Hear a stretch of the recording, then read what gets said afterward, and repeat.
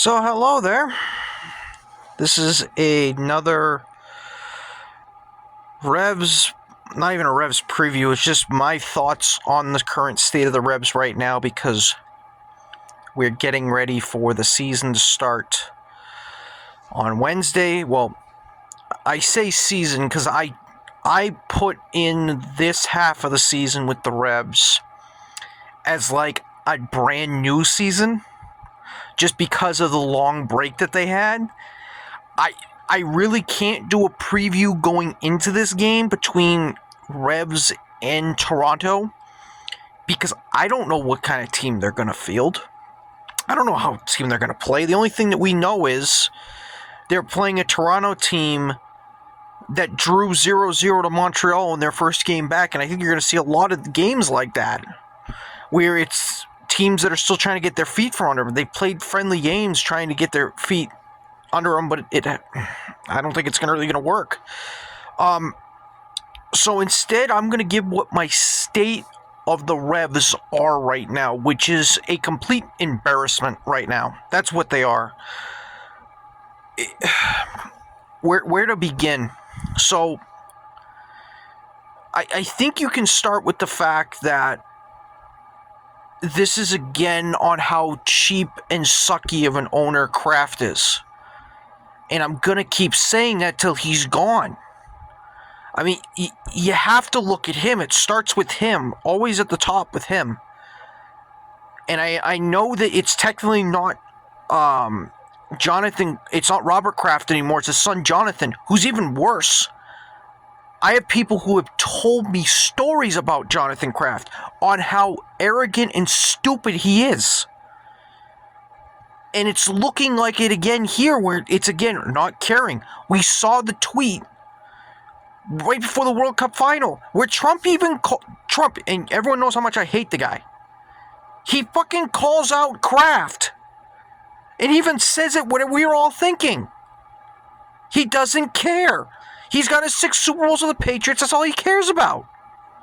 He doesn't care about soccer. And you have never once, since that tweet came out in that clip, you have not seen the Revs or the Kraft Group specifically put out a statement condemning what Trump said and saying, no, we care about them. You haven't seen it because it's the truth. That's why when people want to tell me and put in my face, they're getting a stadium in 3 years. They're not. Stop drinking the fucking Kool-Aid. Every year it's the same thing. You keep drinking the Kool-Aid, keep buying all the bullshit they're saying. And I look at some of the media people who sit there and claim they care about soccer here in New England, will defend the crap out of Kraft and say nothing about him, but they will trash other things. But when it comes to the Revs and Kraft, they can't touch it because they're too childish. They're too scared to address the elephant in the room, which is where it starts with Kraft. He is a joke. And here's the thing, with Trump's comments, that what he said in the fact that there was no outrage that came from not only the Revs media from that. The only Revs media person I saw that got even a little mad was Gus. And we know Gus is the only one of the credentialed media people that will call out the Krafts and will call out the Revs where they do absolutely nothing. He did that. One of the guys that I don't even have a beef with, I just like calling him out because he said the greatest tweet ever, literally saying that the Kraft has not done anything to be, and again I'm paraphrasing here, he has done nothing to be critical of. He says when there's merit to do it, he will do it. As soon as he put that tweet out, he condemned Revs media people Because people know that Kraft has done so much bullshit that has killed soccer here in New England. Thank goodness the USL is here. The reason why the USL is thriving here in New England is because of Kraft. You can thank him for that. The reason why Rhode Island FC exists is because of Kraft. You can thank him for that.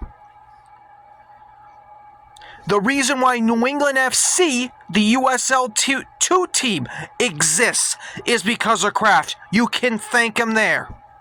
Portland, Vermont, both those teams exist because of Kraft. You can thank him. They left a huge void. That's what Kraft did. A huge fucking void in New England for soccer to be filled in with these USL teams. And that's why we're getting great soccer from those teams. Getting absolutely jacking shit from the Revs.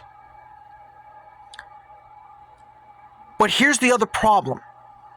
And this is the big problem here. It's not just Kraft, but he's the biggest slice of the bullshit pie. He is. Because I could go on and on regarding this stadium that I don't think's happening. Because I think it's just a mirage and they're trying to make people think he cares. The next one on the list is Brian Bello. There's no other words to describe this guy other than he should be canned. He's the president of the Revs. I've had Revs people tell me he has nothing to do with soccer. You go on the Revs fucking page. It says he's part of the soccer operations. So how can the Revs say he is and then you tell me he isn't? You're covering for the fucker. There is no reason at all Brian Bello should be anywhere near a soccer team. He is an accountant who cares about the numbers and that's it. Oh, he's a fan like us. If he is a fan like us, he would not be caring about how much money is being spent. He would care about what the product's on the field. He would care about this team being a literal disgrace. They are the literal embodiment of failure in soccer. They're an original 6 team in MLS. One of the originals from 1996. And they've done jack fucking shit since. Oh, they've made 5 MLS Cup finals. Oh, they're one of the... I saw someone put a tweet out that they're one of the top, most successful leagues. And I was like, what? You've never watched... Tell me you haven't watched the Revs or MLS without even telling me you haven't. And for those people that want to think, oh yeah, they've been to 5, 4 of those came in the early 2000s, when this was a different league. A different league. You could suck and still get in. I remember, I believe it was... I'm trying to remember which year it was. It might have been 05. I'm trying to remember. But one of the years, they had a sub 500 record and made it into the playoffs. And then they ran the table. I think because Taylor Twellman literally carried them into the final. But that's the point. Since then, the 2010s onward, they made one miracle run in 2014 where they only got there because of a fucking coin flip, according to what the legends say.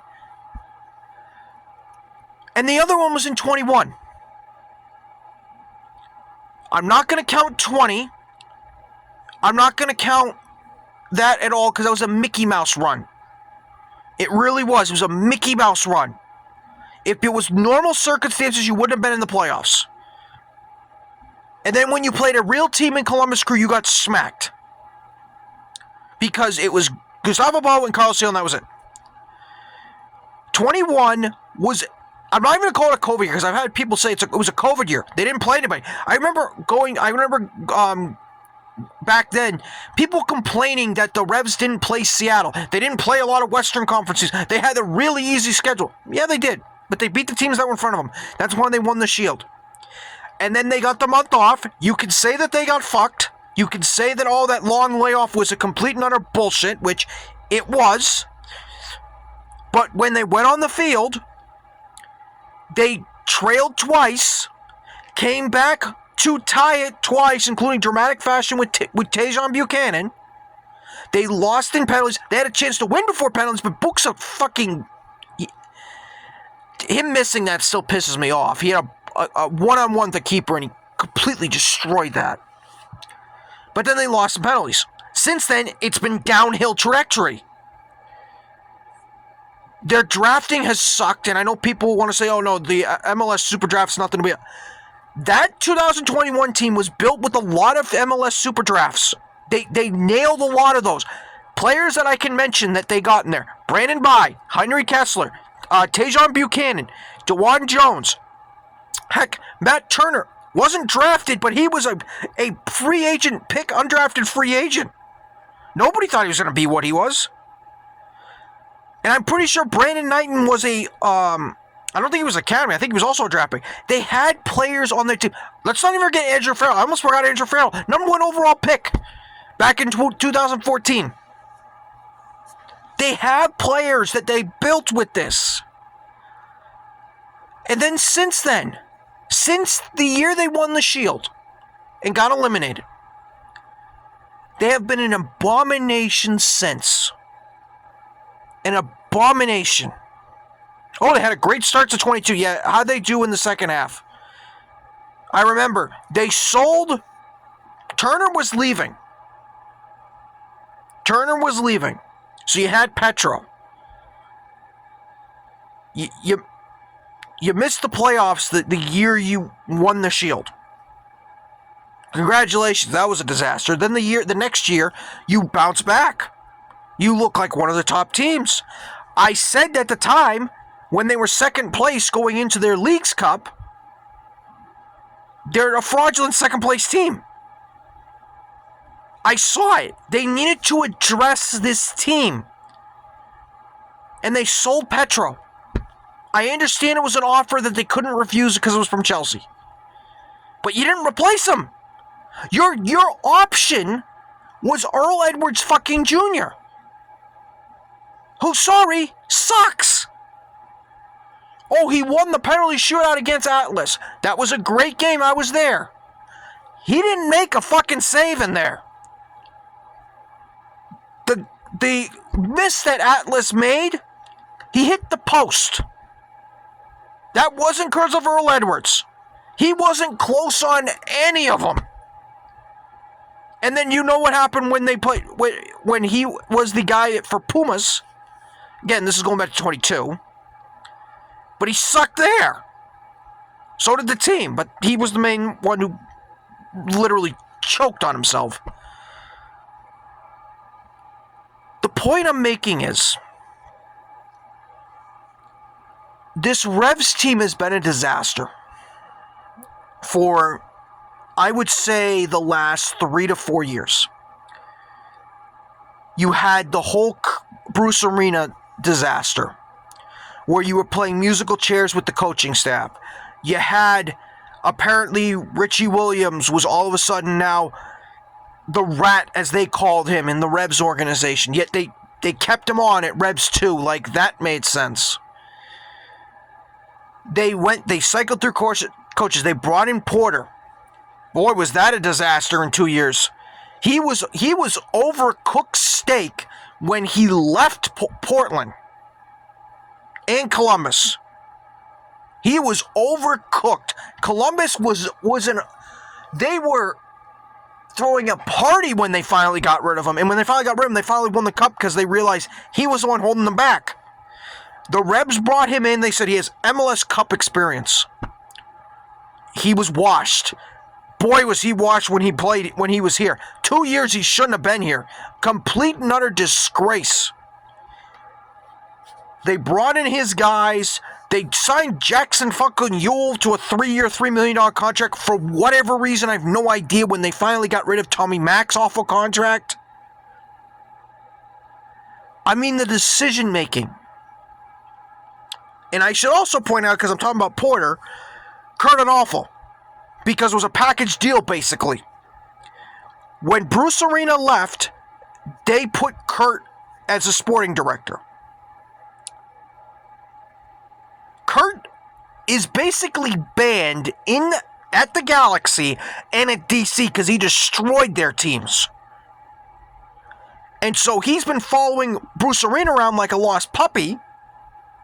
That's why he's here. And the Revs went, you be the sporting director because you have experience. They obviously didn't look at his resume. Jeez Louise. And to make it even worse was this year. When the Revs said that they had major breaking news, we all thought that he was gone. They were going to finally shake up the front office because they finally had a coach that looks competent, and that's Marko Mitrovic. I wanted the Revs in the offseason to go get a coach like that. Now, one of the coaches I wanted him to get he was the coach at Louisville City. He's now the assistant coach at Minnesota. But that's the type of guy I wanted. Someone that wasn't in the cookie cutter mold that the Revs always try to get. That's why you got coaches like Brad Friedel, who's actually was probably their best manager when it came to recruiting talent. That's how you got Carlos Heel. Then you brought in Bruce Arena because Bruce Arena had won before.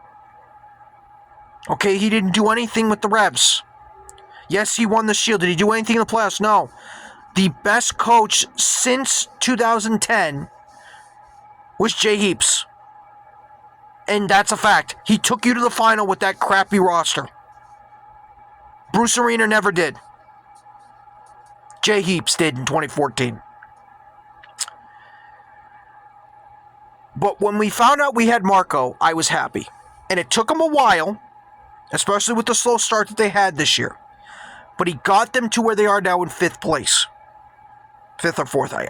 I couldn't really care less. There's another half of the season, so that's why the standings really don't mean anything right now because of it's the second half of the season coming up. But when the news came out that they were going to make a announcement, I thought they were finally cleaning house to the front office and they were going to support Marko Mitrovic with people who understood what he wanted to do, which was build a culture, wanted to win, wanted to compete. We then found out that Chris Tierney was being elevated to basically sporting director, along with another title, which I was like, okay, why is it worded like that? And I was excited with that. I was excited because people have been telling me that, again, this is what the Revs media with people were telling me, that he was in the discussions or on the radar of other MLS teams because they thought he was one of those rising executives coming. And I was like, okay, you know what? Making him the sporting director, that's good. The thing that pissed me off and pissed off a lot of people the most was the fine print, which was Carter Alpha was staying at the team. He was just being demoted down a level, but getting a pay raise and a contract extension. Why? Why?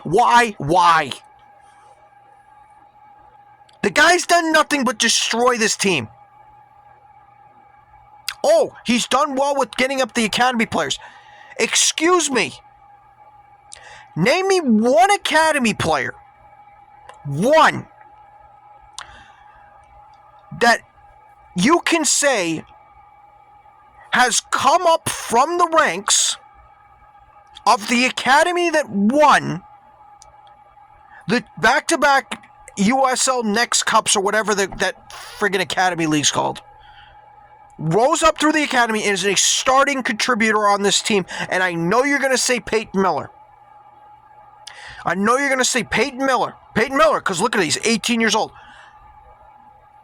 Revs were going to, every player, excuse me, every team lucks into these type of players. And I know that's going to sound like insulting to Peyton Miller. It's not. Every team lucks into someone like this. They lucked into Peyton Miller.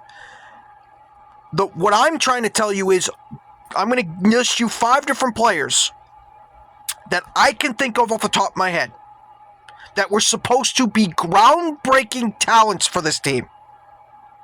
Noel Buck. Remember him? Where is he now? He's in San Jose after his failed attempt at Southampton. Jack Panayiotou. Remember him? He's going to be the next great guy. Basically a USL championship player who was loaned to Rhode Island, had a cup of coffee, looked good down there, got called back up to the Revs, went back down, was a complete utter no-show, went to Hartford last year on loan, looked good there. He's now down in Loudoun on an actual contract, not loaned, but that's basically what he is now, a USL championship player. Not worth it for the Revs. Again, another failed academy player. Esmir back, Byron Terovich. I had said when he was coming up, he was going to be the next Carlos Gil. People laughed at me. I remember that. People laughed at me, thought I was crazy. Bruce wouldn't give him the playing time. He wouldn't. And then look what happened. When he finally got some playing time, PSV came knocking and said, we'll give you money. He is transformed into an international player. He's a legend for Bosnia. Bosnia was in the World Cup because of him. I got that one right. But he was only here for a cup of coffee because he wasn't being used. You're lucky you got what you did from PSV. That's 3. I got 2 more. People are going to forget these players. Joshua Boma. Do you remember when we traded up to get this guy and people were saying, oh my God, he's the next great thing? I believe he came out of Maryland. People were telling me he was a great winger, he's a great goal scorer. There's your Tajon Buchanan replacement. I remember people telling me that. Did he do anything? Anything? No, he didn't. I couldn't even tell you where he is now. I probably do know where he is. He's probably in the USL Championship. If I had to take a guess, he's probably on Detroit City FC. That's probably what I'd have to guess. He sounds like a perfect player from over there. And the 5th one? Oh, you probably remember this one. Ollyworth. Why should you remember Ollyworth? Because last year at the end of the season, all we were being told was this is the next great midfielder coming out of the Revs. Look at all the European teams that are interested in this guy. Oh, look how he looks against Miami. He looks really good. Remember, this was the last part of the season. There's another player that looked good at the last season. I'm going to talk about him in a minute. Where is he now? Where is he now? Oh, that's right. He's at Revs 2 now. And he looks disgusting down there. His last game, he had an own goal and he missed a pen. Where? I thought he was supposed to be the next great thing. He's stuck at Revs 2 right now. Oh, the only reason he says Revs 2 is because the Revs don't have international slots. Oh, really? They don't have international slots now. That sounds like a sporting director who can't manage a roster. That's what that sounds like. Oh, where do you think all those international roster spots went? Oh, where do you think? Oh, I know. They probably were traded to Miami. Because that's all it seems like Kraft wants to do is help Miami out. He's willing to pay Messi's contract. Remember that whole thing? He wants to pay for Messi's contract to keep him here. You probably don't remember that, but I do. Cares about other teams more than himself. But the other player that I mentioned that had a good end of the season last year, and I knew he was not going to be what he was last year. Dor Turgeman. I had people, including Caleb Pomegrantz, when I could do spaces, literally said before the season he was going to win the Golden Boot, score, and he was probably going to score 15. He said 25 goals. He said this is the next great thing, and people were saying that. He's the next great striker after what he did last year. I've seen this before from the Revs. Luca Langoni, remember when he first came in and he was dominating Montreal and teams like that at the beginning? And then he went invisible for 2 seasons? That's toward Turgeman right now. Thank goodness Marco has been able to unlock Langoni. Maybe he can find a way to unlock Dor. The only way you're going to unlock him probably is to, get a left winger who can play, which they still don't have. I'd like to fucking see Yao there on the left-hand side again. I know he's injured. He's probably not going to play. But he's a black hole.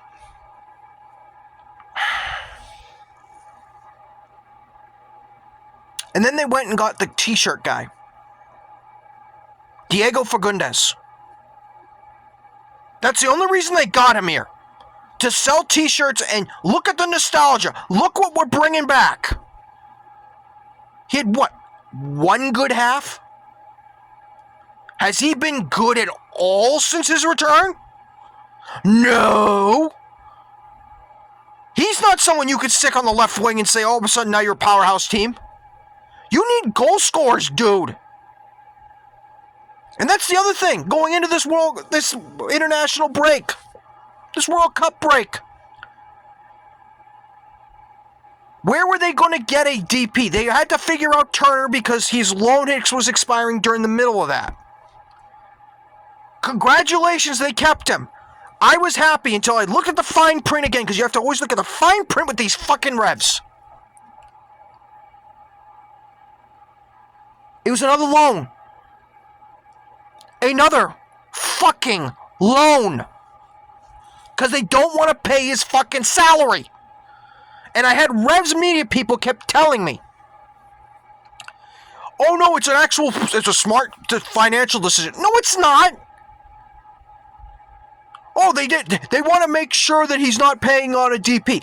When I had to remind them that if you bought Turner, he wouldn't be on a DP, and they admitted it, that told me everything I need to know. You're drinking the fucking Kool-Aid again.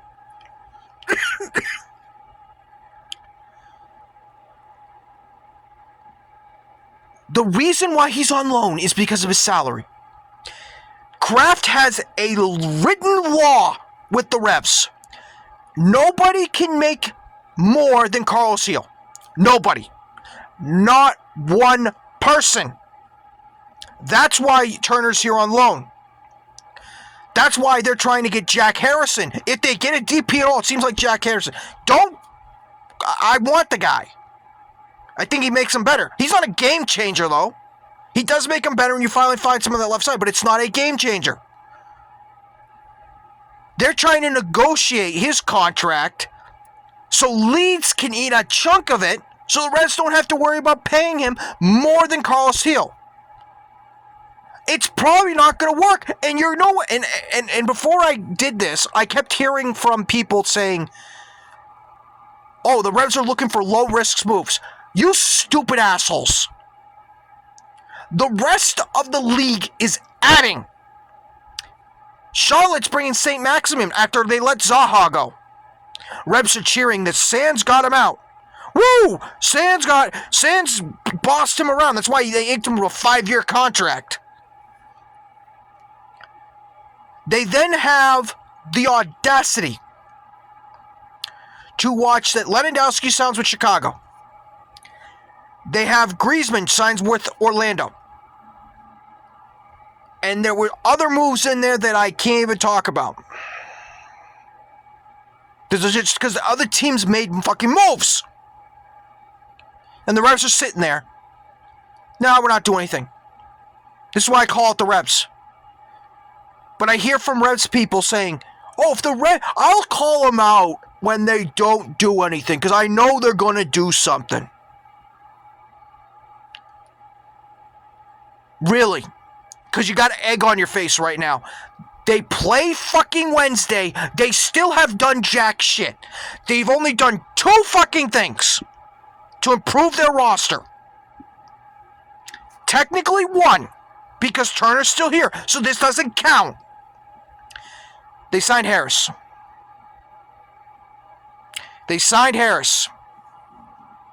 Who I like, because I liked him in the USL Championship when he was with Louisville.